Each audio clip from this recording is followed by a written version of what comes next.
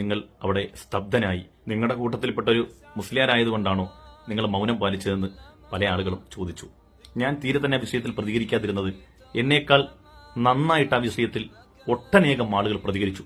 അവരുടെ പ്രതികരണങ്ങളും അവരുടെ വികാര വിക്ഷോഭങ്ങളെല്ലാം അത് അർഹതപ്പെട്ടത് തന്നെയാണെന്ന് എനിക്ക് മനസ്സിലായി. അതുകൊണ്ട് മൗനം പാലിക്കലാണ് ഈ വിഷയത്തിൽ നല്ലത്. അതും കൂടി ഈ അവസരത്തിൽ ഞാൻ പറയാം. ഈ വിഷയത്തിൽ ആക്ഷേപിക്കുന്ന സാധാരണക്കാരായ ആളുകൾ അവരെ തിരിച്ച് നമ്മൾ ചീത്ത വിളിച്ചതുകൊണ്ടോ അവർക്കെതിരെ വീഡിയോ ചെയ്തുകൊണ്ടോ അവരെ അപഹസിച്ചതുകൊണ്ടോ ഈ വിഷയത്തിൽ ഒരു പരിഹാരമില്ല. നമ്മൾ നമ്മളെ തന്നെ തിരുത്താൻ തയ്യാറാകണം. നമ്മൾ നമ്മളെ തന്നെ ഒന്ന് വിലയിരുത്തണം ഈ വിഷയത്തിൽ. എങ്കിലേ ഇതിന്റെ വസ്തുത എന്താണെന്ന് നമുക്ക് മനസ്സിലാവും. ഞാനടക്കമുള്ള ആളുകൾ ലോക്കലായിട്ടുള്ള ആളുകളാണ് അതിന് വഴിവെച്ചു കൊടുത്തതെന്ന് ഈ അവസരത്തിൽ ഓർമ്മപ്പെടുത്തുകയാണ്. എന്റെ പ്രിയമുള്ള ഉസ്താദന്മാര്, സഹോദരന്മാര്, മുത്തഅല്ലിമീങ്ങൾ, നിങ്ങൾ സദയം ക്ഷമിക്കണം. നിങ്ങളെ ആക്ഷേപിക്കാൻ വേണ്ടി മാത്രമല്ല ഇത് പറയുന്നത്, നിങ്ങൾ ആക്ഷേപിക്കാനും വേണ്ടിയല്ല പറയുന്നത്. മറിച്ച് ഈ പറച്ചിലൂടെ എനിക്കൊക്കെ ഒരു ബോധം വരാൻ വേണ്ടിയാണ് ഞാൻ ഈ വീഡിയോ ചെയ്യുന്നത്. കരിപ്പൂർ എയർപോർട്ടിൽ നടന്ന സംഭവവികാസങ്ങൾ നിങ്ങൾ ഓരോരുത്തരും നവമാധ്യമങ്ങളിലൂടെ അറിഞ്ഞവരാണ്. പ്രത്യേകം ഞാനത് എക്സ്പ്ലെയിൻ ചെയ്യേണ്ട കാര്യമില്ല. എത്രമേൽ മലീമസമായ ഒരു കാര്യമാണ് ആ പ്രവൃത്തി. നോക്കൂ നിങ്ങൾ, മുസ്ലിം സമുദായത്തിന് വർത്തമാന കാലഘട്ടത്തിൽ ഏറെ ഇസ്സത്തും ഔന്നിത്യവും ഉണ്ടാക്കിക്കൊടുത്ത സ്ഥാപനമാണ് മർക്കസു സഖാഫത്ത് സുന്നിയ. അതിന്റെ ശില്പിയായ ബഹുമാനപ്പെട്ട ഖമറുൽ ഉലമ AP ഉസ്താദ്. ബഹുമാനപ്പെട്ട ഉസ്താദ് രോഗാതുരനായി കിടക്കുമ്പോൾ പോലും ആളുകളെ ഉസ്താദിനെ ചീത്ത വിളിക്കാൻ അവസരമുണ്ടാക്കി കൊടുത്ത ഒരു നീച പ്രവൃത്തിയല്ലേ ഇത്?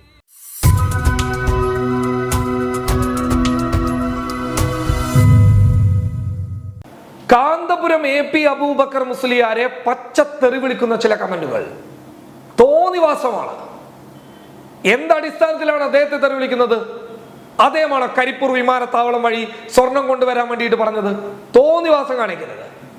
കാരണം എന്തു പറഞ്ഞു കഴിഞ്ഞാലും അദ്ദേഹത്തിന്റെ മേലിൽ കുതിര കയറുന്ന ഒരു സ്വഭാവം ഉണ്ടല്ലോ, അത് നിർത്തിക്കൊള്ളണം. കാരണം ആ മനുഷ്യൻ എന്ത് തെറ്റാ ചെയ്തിട്ടുള്ളത്? ആ മനുഷ്യൻ ഈ നാടിനും നാട്ടുകാർക്കും നന്മ ഉദ്ദേശിച്ചിട്ട് ചെയ്തിട്ടുള്ള കാര്യങ്ങൾ എനിക്ക് ഒരുപാട് അറിയാം. കേരളത്തിൽ മാത്രമല്ല, കേരളത്തിന് പുറത്ത് അദ്ദേഹം ചെയ്തിട്ടുള്ള ഒരുപാട് സംഭാവനകൾ. ഞാൻ അദ്ദേഹത്തെ പുകഴ്ത്തി പറയുമൊന്നുമല്ല, മറിച്ച് അദ്ദേഹം ചെയ്തിട്ടുള്ള കാര്യങ്ങളാണ്, തള്ളിമറയ്ക്കുകയല്ല. കേരളത്തിന് പുറത്ത് അദ്ദേഹം ചെയ്തിട്ടുള്ള ഒരുപാട് കാര്യങ്ങൾ അത് നേരിട്ടറിഞ്ഞൊരു വ്യക്തി എന്നുള്ള നിലക്ക് പറയാണ്. നിരാലംബരായിട്ടുള്ള അനാഥ മക്കൾക്ക് അദ്ദേഹം ചെയ്യുന്ന കാര്യങ്ങൾ അതൊന്നും എനിക്ക് തോന്നുന്നില്ല ആരെങ്കിലും ഒക്കെ ചെയ്തിട്ടുണ്ടാകും എന്ന്. ഒരുപാട് സ്ഥാപനങ്ങൾ അദ്ദേഹം പലയിടങ്ങളിലും പടുതുയർത്തിയത് വളരെ നല്ല രീതിയിൽ തന്നെയാണ്. പലയിടങ്ങളിലും അതൊക്കെ ചെയ്യാൻ പോലും അനുമതിയില്ലാത്ത സ്ഥലങ്ങളിലൊക്കെ അദ്ദേഹം അതൊക്കെ ചെയ്തിട്ടുള്ളത് പാവപ്പെട്ടവർക്ക് ഒരു നേരത്തെ അന്നം കിട്ടാൻ വേണ്ടിയിട്ട് പഠിക്കാനുള്ള ഒരു വഴിയുണ്ടാക്കി കൊടുക്കാൻ വേണ്ടിയിട്ട് അദ്ദേഹം ചെയ്തിട്ടുള്ള കാര്യങ്ങളാണ്. അതുകൊണ്ട് ഈ കരിപ്പൂർ വിമാനത്താവളത്തിലെ സ്വർണ്ണക്കടത്തുമായി ബന്ധപ്പെട്ട് അദ്ദേഹത്തിന് തെറി വിളിക്കരുത്. അത് ചെറ്റത്തരമാണ്. അത് യോജിക്കാൻ വേണ്ടി പറ്റില്ല. ഇവിടെ എന്താ വിഷയം? ഉംറയുടെ മറവിൽ സ്വർണം കടത്തി എന്നുള്ളതാണ്. അത് ഏതെങ്കിലും ഒരു സംഘടനയുടെ ലേബിളിലേക്ക് കൊണ്ടുപോകേണ്ട, അത് ഏതെങ്കിലും ഒരു സംഘടനയുടെ പേരിൽ കൊണ്ടുപോയിട്ട് വെക്കേണ്ട. ആ ചെയ്തവരെ കുറ്റപ്പെടുത്തുകയാണ് വേണ്ടത്. ഞാൻ എന്താ ഈ വിഷയത്തിൽ പറഞ്ഞത്? പണ്ഡിതർ പ്രതികരിക്കണം എന്നുള്ളതാണ്. പണ്ഡിതന്മാർ പ്രതികരിക്കണം. കാരണം അവര് പ്രതികരിച്ചു കഴിഞ്ഞാൽ മേലാലി പണിയെടുക്കൂല. ഖാദർ പ്രതികരിക്കുന്നത് പോലെയല്ല അവര് പ്രതികരിക്കുക. കാരണം ഞാൻ പറഞ്ഞതുപോലെ ആയിരിക്കില്ല അവര് പറഞ്ഞപ്പോൾ ആ മതവിശ്വാസത്തിലുള്ള ആളുകൾ സ്വീകരിക്കുന്നത്. കാരണം ഞാൻ ഒരു ഇസ്ലാമിന്റെ വക്താവൊന്നുമല്ലല്ലോ, ഒരു മതവിഭാഗത്തിന്റെ വക്താവൊന്നുമല്ല, മതവിശ്വാസിയാണെന്നേ ഉള്ളൂ. അല്ലാതെ എന്നെ റോൾ മോഡലാക്കേണ്ട അവസ്ഥയൊന്നുമില്ലല്ലോ. കാരണം ഞാൻ റോൾ മോഡലാക്കാൻ പറ്റിയ ഒരാളുമല്ല. പക്ഷെ ഇവിടെ വിഷയം എന്താണെന്ന് വെച്ച് കഴിഞ്ഞാൽ പ്രതിക്കൂട്ടിലാകുന്നത് ഒരു സമുദായമാണ്. ഇപ്പൊ ഒരുപാട് ആളുകൾ പറഞ്ഞു ഖാദർ പണ്ഡിതന്മാരെ പറഞ്ഞു. പണ്ഡിതൻ മൊത്തം ഉസ്താദുമാരെ ഒരിക്കലും ഇല്ല, ഒരിക്കലും ഞാൻ പറഞ്ഞിട്ടില്ല. ആ വീഡിയോയിൽ വ്യക്തമായി പറയുന്നുണ്ട്. എന്താ? ഉംറ ചെയ്യുന്ന, ഉംറ സർവീസ് നടത്തുന്ന ഒരുപാട് നല്ല പണ്ഡിതന്മാരും നല്ല വ്യക്തികളുമുണ്ട്, പണ്ഡിതന്മാരല്ലാത്ത വ്യക്തികളുമുണ്ട്. അവർക്കൊക്കെ കോട്ടം തട്ടുന്ന പരിപാടിയാണെന്നാണ് ഞാൻ പറഞ്ഞത്. ഉസ്താദുമാരുടെ ദയനീയമായ അവസ്ഥ എനിക്കറിയാമല്ലോ. കാരണം അതറിയാത്ത മനുഷ്യനൊന്നുമല്ല. പലയിടങ്ങളിലും അവരെ ചൂഷണം ചെയ്യുന്നുണ്ട്. പലയിടങ്ങളിലും ശമ്പളത്തിന്റെ കാര്യം തന്നെ എടുത്ത് നോക്കിക്കഴിഞ്ഞാൽ 8000-ഉം 7000-ഉം ശമ്പളം കൊടുക്കുന്ന, 6000 അടക്കം ശമ്പളം കൊടുക്കുന്ന ഒരുപാട് പള്ളികൾ ഇന്നുമുണ്ട്. എന്നിട്ട് അവരെ കൊണ്ട് താങ്ങാൻ പറ്റാത്ത പണിയും എടുപ്പിക്കും. ഗത്യന്തരം കൊണ്ട്, ഗതികേട് കൊണ്ട് അവര് അവസാനം പല വഴികളിലേക്ക് പോവുകയാണ്. കാരണം അവരൊന്നും കുറ്റപ്പെടുത്തിയതല്ല, അവരുടെ സാഹചര്യം പറഞ്ഞതാണ്. ഇങ്ങനെ പറയാൻ ചിലപ്പോൾ മറ്റാരെങ്കിലും ഒക്കെ വന്നു എന്ന് കാണില്ല. ഈ വിഷയത്തിൽ ഒരു ഉസ്താദ് പ്രതികരിച്ചത് കണ്ടു, ഒരു അൻസാരി സുഹരി ആലപ്പുഴ. എനിക്ക് തോന്നിയത് പറയേണ്ടത് പച്ചക്ക് പറഞ്ഞു എന്നുള്ളതാണ്. അൻസാരി ജൂരി ആലപ്പുഴ ഈ വിഷയത്തിൽ പ്രതികരിച്ച് ഒന്ന് കേൾക്കണം നിങ്ങൾ. ഇപ്പോൾ നടന്നുകൊണ്ടിരിക്കുന്ന ഒരു വിവാദം, അതിന്റെ ഭാഗമായി ചില ആളുകൾ വാട്സപ്പിൽ എനിക്ക് പേഴ്സണലായിട്ട് വോയിസ് അയച്ചു, മെസ്സഞ്ചറിലൊക്കെ ചോദിച്ചു, ഉസ്താദെ കരിപ്പൂര് വിമാനത്താവളത്തിൽ വെച്ച് മതപണ്ഡിത വേഷധാരികളായ ഏതാനും ആളുകളെ അറസ്റ്റ് ചെയ്തു. ഉസ്താദ് നവീനകാല എല്ലാ വിഷയങ്ങളോടും പ്രതികരിക്കുന്ന ആളായിട്ടും എന്തുകൊണ്ട് നിങ്ങൾ അവിടെ സ്തബ്ധനായി? നിങ്ങളുടെ കൂട്ടത്തിൽപ്പെട്ടൊരു മുസ്ലിയാരായതുകൊണ്ടാണോ നിങ്ങൾ മൗനം പാലിച്ചതെന്ന് പല ആളുകളും ചോദിച്ചു. ഞാൻ തീരെ തന്നെ വിഷയത്തിൽ പ്രതികരിക്കാതിരുന്നത് ഇതേ ചോദ്യം തന്നെയാണ് കഴിഞ്ഞ ദിവസം ഞാനും ചോദിച്ചത്. ഉസ്താദിനോട് പലരും പേഴ്സണലിൽ പോയിട്ട് അതേ ചോദ്യമാണ് ഞാൻ ഇന്നലെ ചാനലിലൂടെയും ചോദിച്ചത്. കുറച്ച് വൈകാരികമായിട്ട് പറഞ്ഞു എന്നുള്ളത് ശരിയാണ്, കാരണം അത് കണ്ടപ്പോൾ സഹിക്കാൻ പറ്റിയില്ല. കാരണം അത്രയും പരിശുദ്ധമായിട്ടുള്ള ഒരു പരിപാടിയുടെ മറവിൽ അങ്ങനെ ചെയ്തതുകൊണ്ട്. എന്തായാലും കേൾക്കാം. എന്നേക്കാൾ നന്നായിട്ട് ആ വിഷയത്തിൽ ഒട്ടനേകം ആളുകൾ പ്രതികരിച്ചു. അവരുടെ പ്രതികരണങ്ങളും അവരുടെ വികാര വിക്ഷോഭങ്ങളെല്ലാം അത് അർഹതപ്പെട്ടത് തന്നെയാണെന്ന് എനിക്ക് മനസ്സിലായി. അതുകൊണ്ട് മൗനം പാലിക്കലാണ് ഈ വിഷയത്തിൽ നല്ലത്. അതും കൂടി ഈ അവസരത്തിൽ ഞാൻ പറയാം. ഈ വിഷയത്തിൽ ആക്ഷേപിക്കുന്ന സാധാരണക്കാരായ ആളുകൾ അവരെ തിരിച്ച് നമ്മൾ ചീത്ത വിളിച്ചതുകൊണ്ടോ അവർക്കെതിരെ വീഡിയോ ചെയ്തുകൊണ്ടോ അവരെ അപഹസിച്ചതുകൊണ്ടോ ഈ വിഷയത്തിൽ ഒരു പരിഹാരമില്ല. നമ്മൾ നമ്മളെ തന്നെ തിരുത്താൻ തയ്യാറാകണം. നമ്മൾ നമ്മളെ തന്നെ ഒന്ന് വിലയിരുത്തണം ഈ വിഷയത്തിൽ. എങ്കിലേ ഇതിന്റെ വസ്തുത എന്താണെന്ന് നമുക്ക് മനസ്സിലാവും. നബി സല്ലല്ലാഹു അലൈഹി വസല്ലം തങ്ങൾ പറഞ്ഞ ശ്രദ്ധേയമായ ഒരു വചനമുണ്ട്, നിങ്ങളുടെ മേൽ ദാരിദ്ര്യത്തിന് ഞാൻ ഒട്ടും തന്നെ ഭയപ്പെടുന്നില്ല, പക്ഷേ നിങ്ങളുടെ മേൽ ഞാൻ ഭയപ്പെടുന്നത് ദുനിയാവിനെ അള്ളാഹു നിങ്ങൾക്ക് വിശാലമാക്കി തരുന്നതാണ്. കാരണം നിങ്ങൾ അള്ളാഹുവിനെ മറന്നു പ്രവർത്തിക്കുന്നവരായി തീരാൻ അത് ഹേതുവാകും. ലോകാടിസ്ഥാനത്തിൽ നോക്കുമ്പോൾ കേരളത്തിൽ മതപണ്ഡിതന്മാർക്ക് കിട്ടുന്ന അത്രയും ആദരവും ബഹുമാനവും ലോകത്ത് വേറെ എവിടെയും കിട്ടുമെന്ന് തോന്നില്ല. 250 രൂപയുടെ ഷാളും 300 രൂപയുടെ ഒരു തമീസ് പോലുള്ള വെള്ള വസ്ത്രം ധരിച്ച് ജനങ്ങളുടെ മുമ്പിലേക്ക് ചെന്നാൽ അവര് വളരെയധികം ഒരു പ്രവാചകനെ കാണുന്ന പ്രതീതിയിലാണ് നമ്മളോട് ബിഹേവ് ചെയ്യുന്നത്. അധികം ആളുകളും നിഷ്കളങ്കരായ ആളുകളും അങ്ങനെ തന്നെയാണ്. പക്ഷേ വർത്തമാന കാലഘട്ടത്തിൽ ചില ക്രൈമുകളിൽ അറിഞ്ഞോ അറിയാതെയോ ചെന്ന് വീഴുന്നത് കൊണ്ട് ജനങ്ങൾക്കിടയിൽ ആ ഒരു വില, ആ ഒരു മതിപ്പ് ക്രമേണ നഷ്ടപ്പെട്ടുകൊണ്ടിരിക്കുകയാണ്. അതിന്റെ കാരണം ഞാനടക്കമുള്ള, മറ്റുള്ളവരെ മാത്രം കുറിച്ചുകൊണ്ട് കാര്യമില്ലേ, ഞാനടക്കമുള്ള ആളുകൾ, ലോക്കലായിട്ടുള്ള ആളുകളാണ് അതിന് വഴിവെച്ചു കൊടുത്തതെന്ന് ഈ അവസരത്തിൽ ഓർമ്മപ്പെടുത്തുകയാണ്. എന്റെ പ്രിയമുള്ള ഉസ്താദന്മാര്, സഹോദരന്മാര്, മുത്തഅല്ലിമികൾ, നിങ്ങൾ സദയം ക്ഷമിക്കണം. നിങ്ങളെ ആക്ഷേപിക്കാൻ വേണ്ടി മാത്രമല്ല ഇത് പറയുന്നത്, നിങ്ങളെ ആക്ഷേപിക്കാനും വേണ്ടിയല്ല പറയുന്നത്, മറിച്ച് ഈ പറച്ചിലൂടെ എനിക്കൊക്കെ ഒരു ബോധം വരാൻ വേണ്ടിയാണ് ഞാൻ ഈ വീഡിയോ ചെയ്യുന്നത്. കരിപ്പൂർ എയർപോർട്ടിൽ നടന്ന സംഭവ വികാസങ്ങൾ നിങ്ങൾ ഓരോരുത്തരും നവമാധ്യമങ്ങളിലൂടെ അറിഞ്ഞവരാണ്. പ്രത്യേകം ഞാനത് എക്സ്പ്ലെയിൻ ചെയ്യേണ്ട കാര്യമില്ല. എത്രമേൽ മലീമസമായ ഒരു കാര്യമാണ് ആ പ്രവൃത്തി. നോക്കൂ നിങ്ങൾ, മുസ്ലിം സമുദായത്തിന് വർത്തമാന കാലഘട്ടത്തിൽ ഏറെ ഇസ്സത്തും ഔന്നിത്യവും ഉണ്ടാക്കിക്കൊടുത്ത സ്ഥാപനമാണ് മർക്കസു സഖാഫത്ത് സുന്നിയ. അതിന്റെ ശില്പിയായ ബഹുമാനപ്പെട്ട ഖമറുൽ ഉലമ AP ഉസ്താദ്. ബഹുമാനപ്പെട്ട ഉസ്താദ് രോഗാതുരനായി കിടക്കുമ്പോൾ പോലും ആളുകളെ ഉസ്താദിനെ ചീത്ത വിളിക്കാൻ അവസരമുണ്ടാക്കി കൊടുത്ത ഒരു നീച പ്രവൃത്തിയല്ലേ ഇത്? ആളുകളൊക്കെ ഇത് ആഘോഷമാക്കിയെടുത്ത് നിലവിട്ട് പറയുകയാണ്. മർക്കസ് സ്വർണ്ണക്കടത്തിന് പരിശീലനം കൊടുക്കുന്ന സ്ഥാപനമാണ്. അങ്ങനെയുള്ളവരോടൊന്നും നമുക്ക് മറുപടി പറയാനില്ല. പക്ഷെ നിങ്ങൾ മനസ്സിലാക്കേണ്ട ഒരു കാര്യമുണ്ട്, നിങ്ങളൊക്കെയും പഠിച്ചൊരു സ്ഥാപനം, അത് മദ്രസയാകട്ടെ സ്കൂളാകട്ടെ, നിങ്ങൾ അവിടുന്ന് പഠിച്ചിറങ്ങിക്കഴിഞ്ഞ് കാലാന്തരത്തിൽ നിങ്ങൾ കാണിക്കുന്ന പോക്കണം കേട് അതിന്റെ ഉത്തരവാദി നിങ്ങൾ തന്നെയാണ്. അതേ മർക്കസ് സഖാഫത്ത് സുന്നിയെ പഠിച്ച അനേകായിരം ഹാഫിളീങ്ങളും ആലിമീങ്ങളും വിവിധങ്ങളായ സുദൃഢമായ സ്ഥാനങ്ങളിൽ സേവനമനുഷ്ഠിക്കുന്നുണ്ട്. അവരെല്ലാം സ്വർണ്ണക്കടത്തുകാരും അവരെല്ലാം കള്ളക്കടത്തുകാരുമല്ല.